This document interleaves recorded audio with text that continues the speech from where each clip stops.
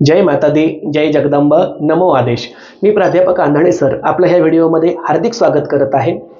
एक प्रश्न सातत्याने मला विचारण्यामध्ये येतो की गुरुजी, देवाच्या मूर्तींना जे काही हार फूल अर्पण केले जातात, हे हार फूल म्हणजेच देवाच्या अंगावरील निर्माल्य बाजूला करताना त्याचे काही विशेष नियम असतात का, किंवा ते निर्माल्य बाजूला कसं करावं? त्याचं कारण असं की बऱ्याच वेळेला घाई गडबडीमध्ये देवाच्या अंगावरचे हार आणि फूल हे ओरबडून काढले जातात किंवा गडबडीने काढले जातात. ते बऱ्याच वेळेला पायदळी सुद्धा येतात.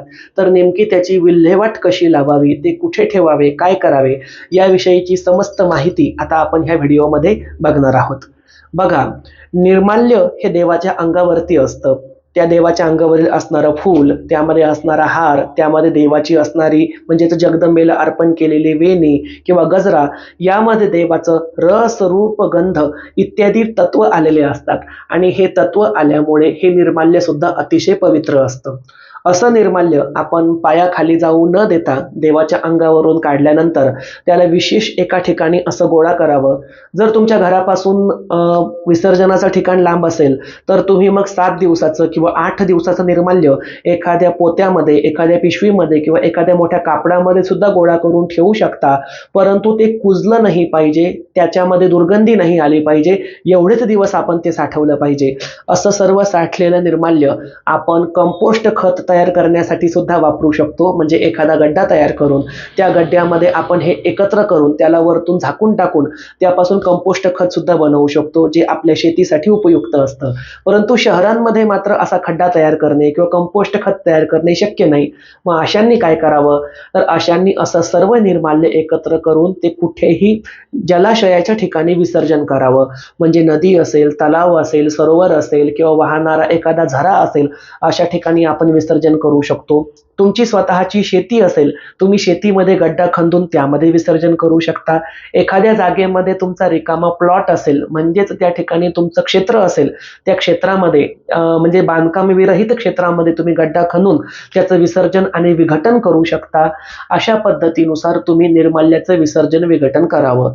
परंतु ज्या काही नगरपालिकेच्या कचरा कुंडीच्या गाड्या येतात, म्हणजेच कचरा वाहकाचे काही वाहनं असतात, जे महानगरपालिका किंवा गावची नगरपालिका स्वच्छता अभियानातर्फे राबवत असते, अशामध्ये मात्र देवाचं निर्माल्य टाकू नये. त्याचं कारण असं की त्या ठिकाणी त्याचं पवित्र्य राखलं जात नाही, ते पायदळीत उडवलं जातं. बऱ्याच वेळेला त्यावरती अशौच सुद्धा घडतो आणि त्यामुळे आपण हे निर्माल्य वेगळं विसर्जन करावं.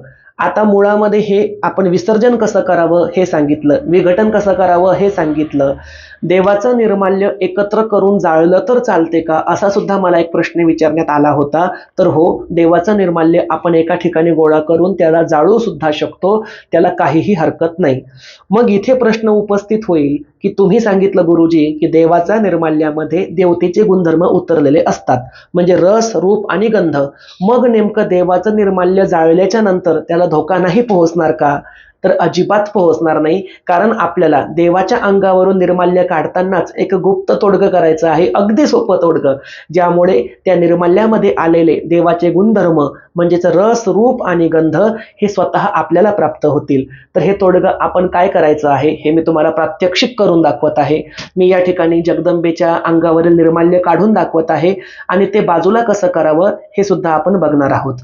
माझ्या घरामधील असणारी ही श्री रेणुका माता, श्री रेणुकेच्या अंगावरील निर्माल्य काढून आता आपण ते काय करायचं की जेणेकरून त्याचं रस, रूप आणि गंध आपल्याला प्राप्त होईल, हे मी तुम्हाला या ठिकाणी प्रॅक्टिकली दाखवत आहे. बघा, या ठिकाणी सर्वात प्रथम मी जगदंबेला नमस्कार केलेला आहे. जगदंबेला नमस्कार करून तिच्याकडून आपण तिच्या अंगावरील हार आणि फूल बाजूला करण्याची परवानगी घ्यायची आहे, ती मनोमन घ्यायची आहे. यानंतर एका हाताने न काढता निर्माल्य दोनही हातांनी काढावं. तर या ठिकाणी मी जगदंबेच्या गळ्यामध्ये असणारा हा हार या ठिकाणी अलगद बाजूला करत आहे. आता यानंतर हा हार मी इथे खाली ठेवतो. देवीची वेणी अर्थातच गजरा सुद्धा मी या ठिकाणी बाजूला करत आहे. आता या ठिकाणी बघा मित्रांनो, आपण देवीचा गजरा, देवीचा हार इत्यादी वस्तू बाजूला केल्या. या मी अशा 2 हातांमध्ये 2 वस्तू म्हणजे 2 हार आणि हा गजरा सर्व या ठिकाणी पकडला. आता मी तुम्हाला सांगितलं होतं की आपल्याला एक गुप्त तोडगं करायचं आहे. ते तोडगं बघा मी काय करत आहे. हा हार उचलायचा आणि याला सर्वात प्रथम आपल्या ब्रह्मरंध्र म्हणजे टाळू, त्यानंतर मस्तिक आणि नंतर नासिकेला स्पर्श करून त्याचा गंध घ्यायचा असतो. म्हणून मी सर्वात प्रथम टाळूला श्री जगदंब जगदंब, मस्तिकाला श्री जगदंब जगदंब, नासिकेला म्हणजेच नाकाला लावून त्याचा गंध म्हणजे सुवास घेणार आहे.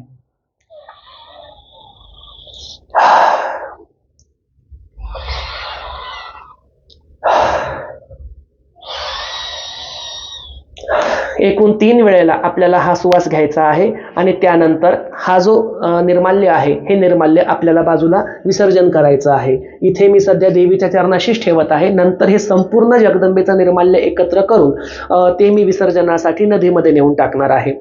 आता मुळामध्ये हे जे मी तोडगं केलं म्हणजेच त्याचा सुवास घेतला, या सुवासामधून आपण अशी प्रार्थना केली किंवा असा अभिप्राय ठेवला, या ठिकाणी अशी संकल्पना ठेवली की याच्यामध्ये उतरलेले जगदंबेचे सर्व रस, रूप आणि गंध इत्यादी गुणधर्म मी माझ्या ब्रह्मरंध्र म्हणजे टाळू, मस्तिक आणि नासाद्वारे ग्रहण करत आहे.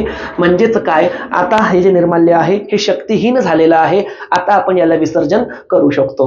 तर आजचा हा व्हिडिओ सर्वांनाच नक्की आवडला असेल अशी या ठिकाणी मी आशा व्यक्त करतो. आणि यासोबतच असे जे छोटे छोटे काही तोडगे असतात किंवा माहिती असते परंतु जी लाख मोलाची असते, अशाच माहितींसाठी आपण आणखीनही व्हिडिओ तयार करूया.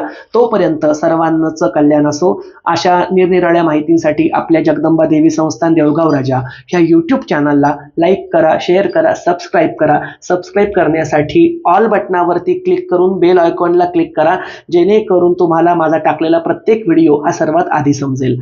तोपर्यंत सर्वांचं कल्याण असो. जय माता दी, जय जगदंबा, नमो आदेश.